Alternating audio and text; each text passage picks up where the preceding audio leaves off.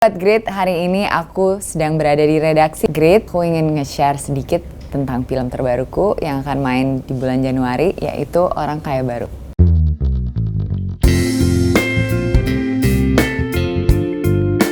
Ya, jadi karakter aku di film ini bernama Tika.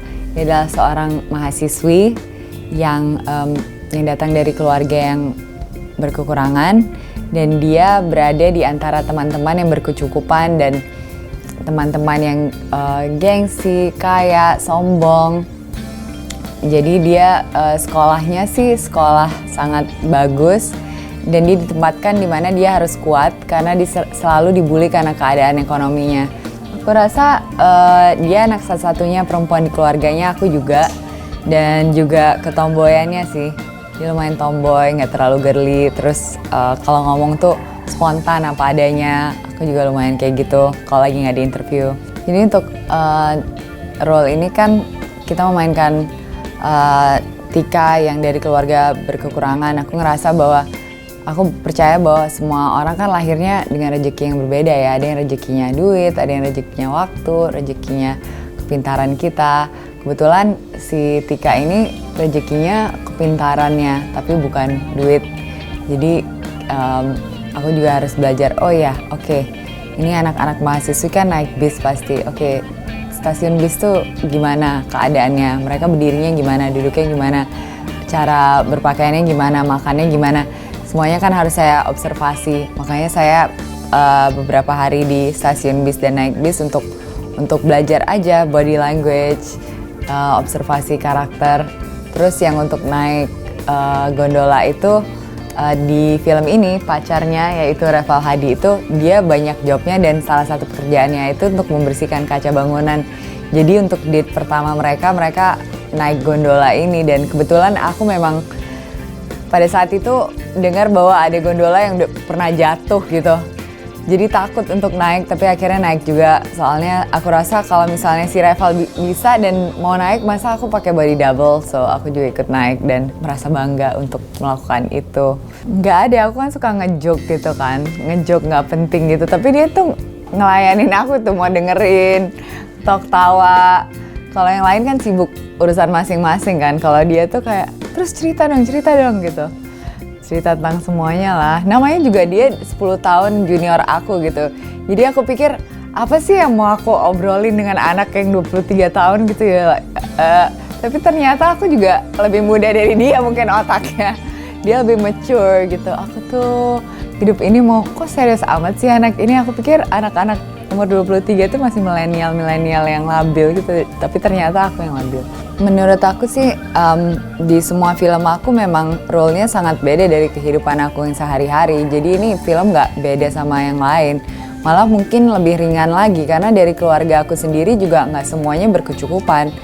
Aku juga tahu dan kenal dan paham karena dalam keluarga aku sendiri banyak juga yang berkekurangan. Jadi bukan berarti aku nggak paham. Malah menurut aku di sini lebih bersyukur lagi dapat role ini, soalnya benar-benar dalam keseharian bisa merasakan orang berkekurangan tuh gimana, dan harusnya tuh kita berempati lebih dengan teman-teman kita. Biarpun berkecukupan, mereka juga punya masalah sendiri kok. Jadi semua orang itu porsi masalahnya udah pas lah. Syutingnya sih nggak lama, cuman durasi per harinya itu yang lama. Tapi namanya juga syuting, dan aku rasa kalau kita kembalikan kesadaran diri bahwa ini pilihan kita, pasti kita jalani syuting juga secara positif, secara senang, happy gitu kan. Itu pilihan kita mau ngambil film ini gitu. Jadi apapun tantangan dan kesusahan yang ada, kita jalani dengan positif. Kayaknya action sama komedi udah seneng banget ya. Jadi kedepannya mau nerusin lagi either komedi atau action, lihat tawarannya kemana. Tapi aku nggak mau berpindah ke horor soalnya kehidupan nyata aku udah lumayan horor. Aku nggak terlalu hobi nonton film horor, atau jadi kalau aku nggak hobi nonton sesuatu, aku juga mungkin tidak ingin berkecimpung di situ. Mungkin ada yang lebih interest lagi, dan pastinya semua kan punya bidang yang mereka sukai masing-masing ya. Kalau aku sih komedi sama action, happy banget. Mungkin in the next movie bisa komedi plus action gitu. Yeah. Kalau saya lihat skrip, saya baca dulu, saya lihat penulisnya siapa, saya lihat jalan ceritanya gimana, saya lihat karakternya gimana, baru saya temuin direkturnya. Direkturnya kalau kita klik udah jalan. Dan dari segi skripnya saya selalu lihat karakter ini bisa ngajarin nilai positif nggak ya ke penonton. Film ini secara keseluruhan itu membawa dampak positif nggak? Bisa ada nilai-nilai kebajikannya sendiri nggak? Gitu. Dan kebetulan film ini banyak sekali nilai kebajikan yang saya sendiri pelajari lewat syutingnya, lewat benar-benar memahami skripnya, bahwa pada dasarnya orang itu cuma mencari cinta kan, cinta dari keluarga, sahabat. Bukan berarti harta itu bisa membantu, malah kadang-kadang ya kebanyakan kalinya harta itu malah menyusahkan hidup kita kalau tidak digunakan dengan baik. Jadi belum tentu harta itu selalu membantu.